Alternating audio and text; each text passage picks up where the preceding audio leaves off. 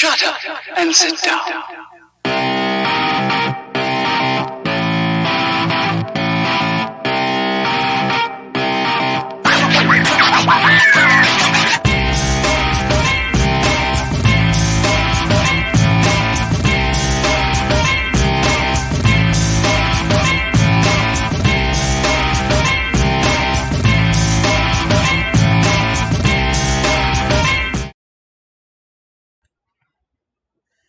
Hello, everybody, and welcome to got the little horns coming out of my head. Welcome to the premiere edition of Beef the Legend presents Rewatch, Review, and Rewrite. I am your host, the Chooserweight champion of the Pittsburgh Piledriver podcast, the Wrestling Encyclopedia, as Poot likes to call me. I'm Beef the Legend. I know that there's a lot going on in wrestling right now. I'm not going to talk about it because we're going to be talking about it this week on the podcast. If you haven't checked out our first episode, is up and at the ready. Go check it out. We talk about the Mr. McMahon stuff. No, we talk about the Vince McMahon stuff. There's a difference. So, what the purpose of this is going to be is a short series. Short. That will take us through Royal Rumble season, through to WrestleMania. And the purpose is I'm going to be watching the old Rumbles, reviewing the old Rumbles, so you don't have to. We'll even be talking about some revisionist history. What we could have done better, what we could have had. So, let's get started. And I apologize for my low quality clipping. Just how it has to be because I'm not a professional streamer like Tom. I don't have a good setup. Deal with it.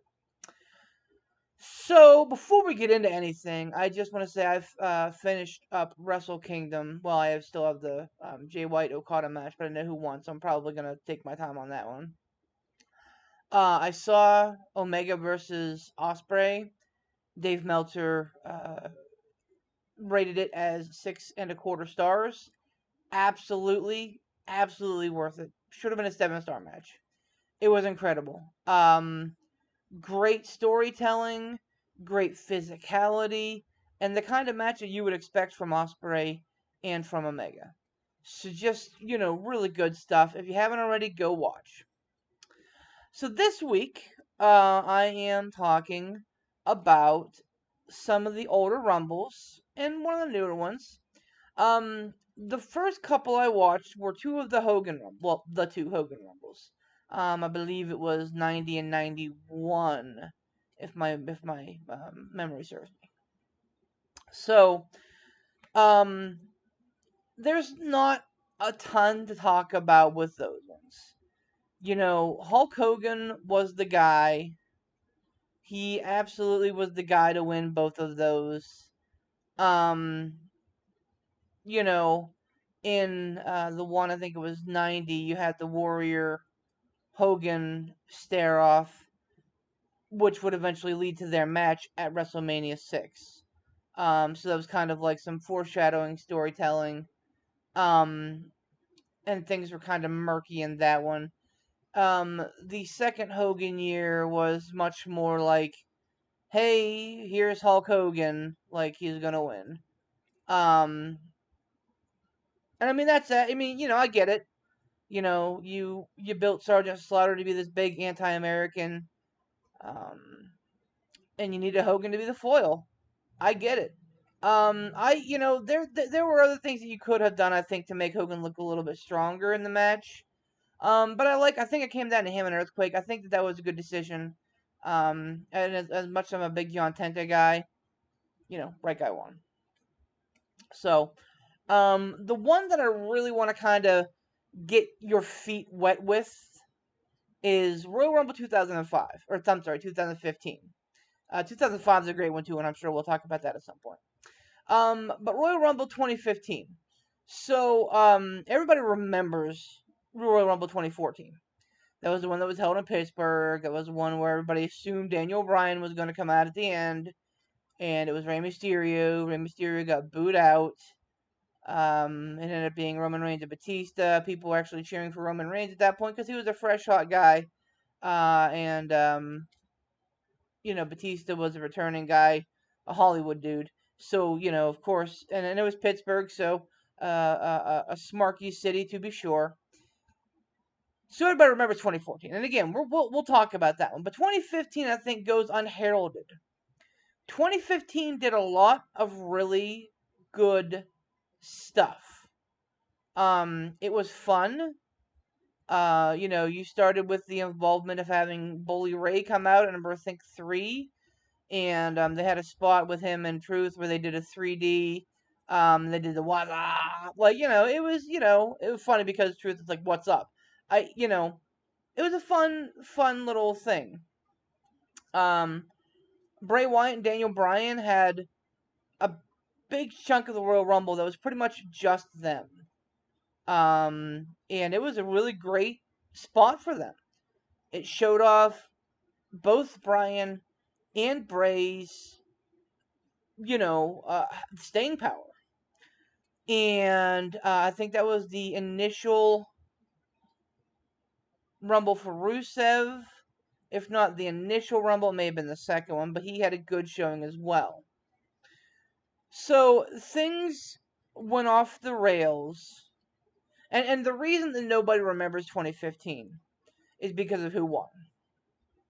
That was the Roman Reigns year. That was the year that Reigns won and went to WrestleMania 31 to challenge Brock Lesnar. And Seth cashed the Money in the Bank in with the heist of the century. And history, was made. So that was the year that they had The Rock come out at the very end to help Reigns fend off the I almost said the corporation. What the hell are their names? Jesus Christ, I'm at a loss. The Authority. Jeez, man. So The Rock came out to help Reigns fend off the Authority after he eliminated them. Fans were booing. They weren't having it. It was just not a great look. And that was also the last time we saw The Rock at the Royal Rumble until this year. Which, by the way, if you haven't seen the Rumble packaging, the posters, it's all like blue lightning and stuff, and it's like, boy, hit you in the face with it, why don't they? Of course, The Rock's coming back. And of course, The Rock's probably going to win. Anyway, 2015. So 2015, like I said, is not fondly remembered because Reigns won.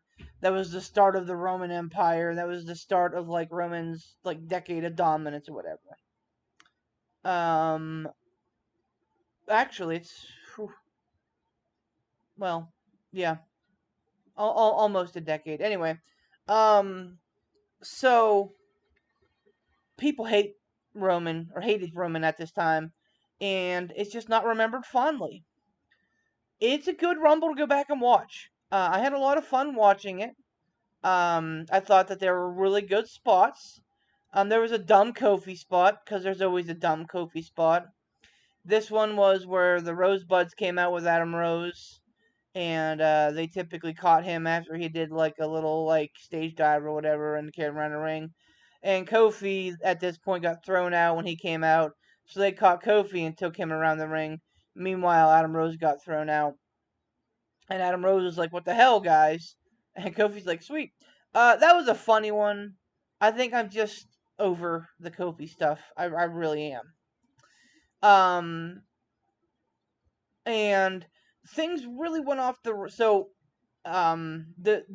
turning point, I think, with this Royal Rumble was whenever Bray Wyatt eliminated Daniel Bryan, because the fans were still clamoring for Daniel Bryan.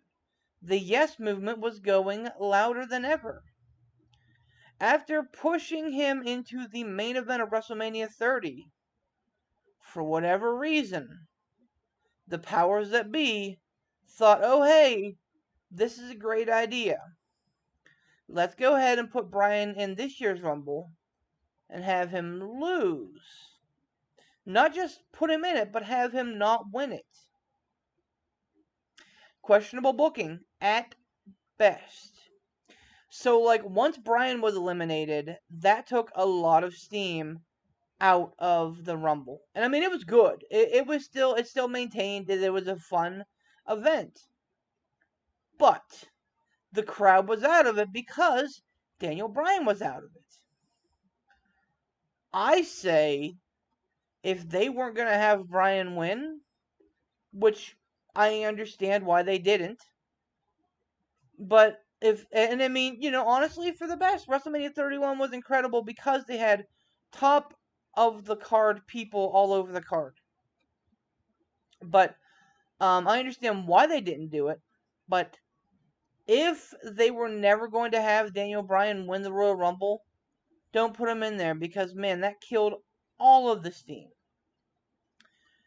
Things really went off the rails whenever the Authority came out. Kane and then Big Show.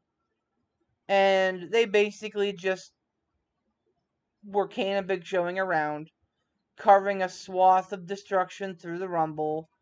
Big Show would punch them and they'd throw them out. Big Show would punch them and they'd throw them out. And it was so dumb.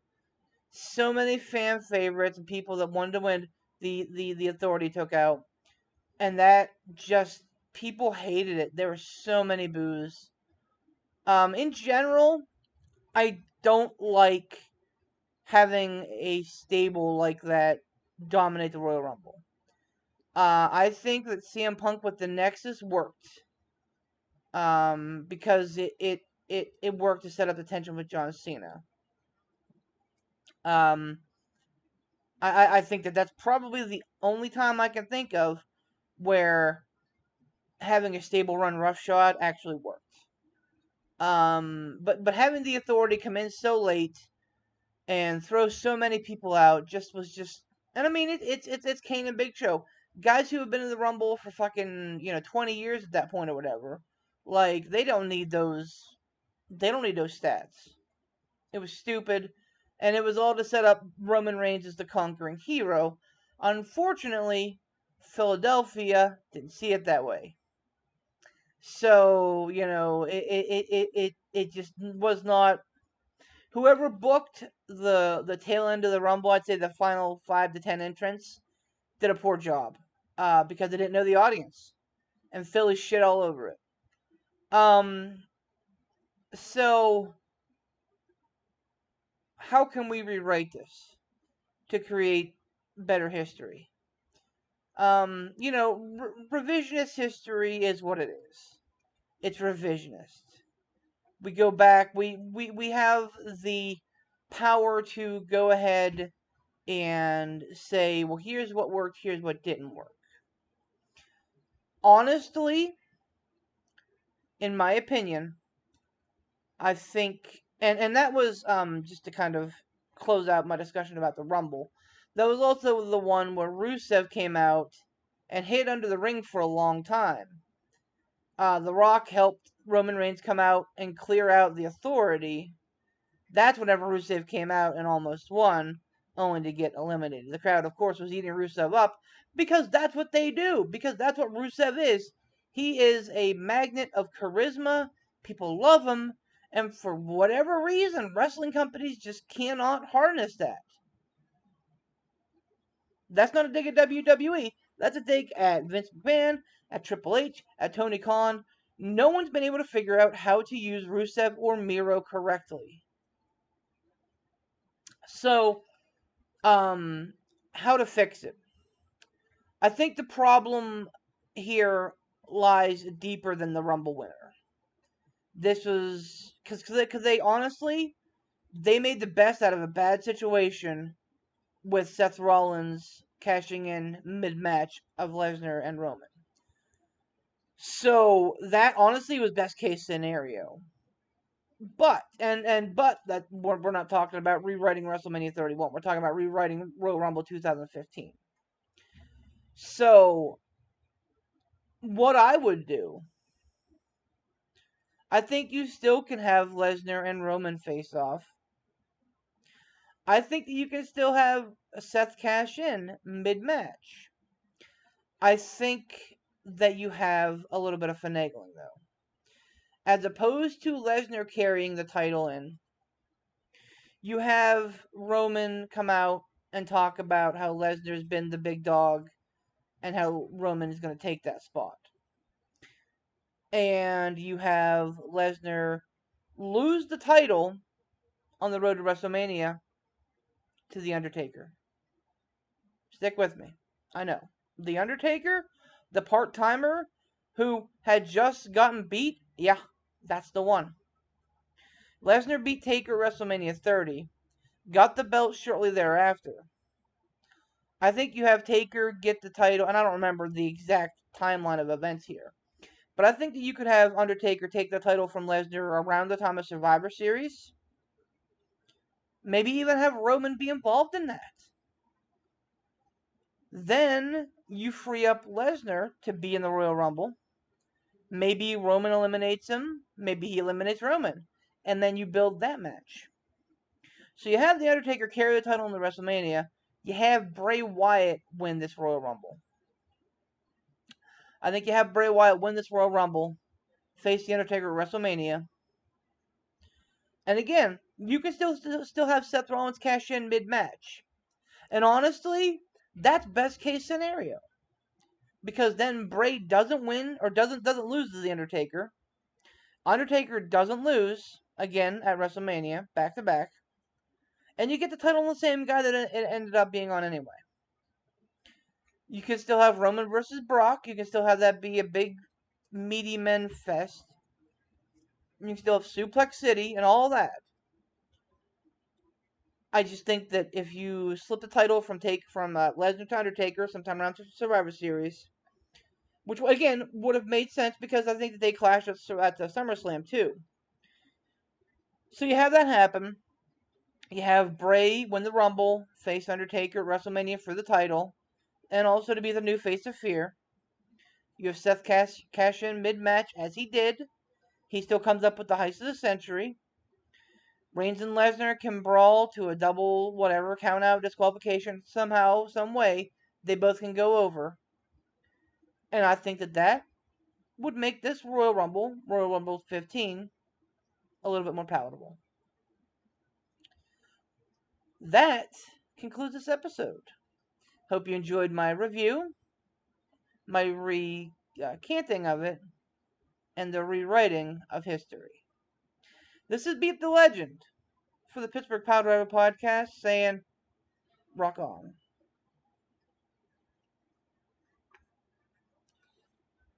Oh, I can't find my mouse.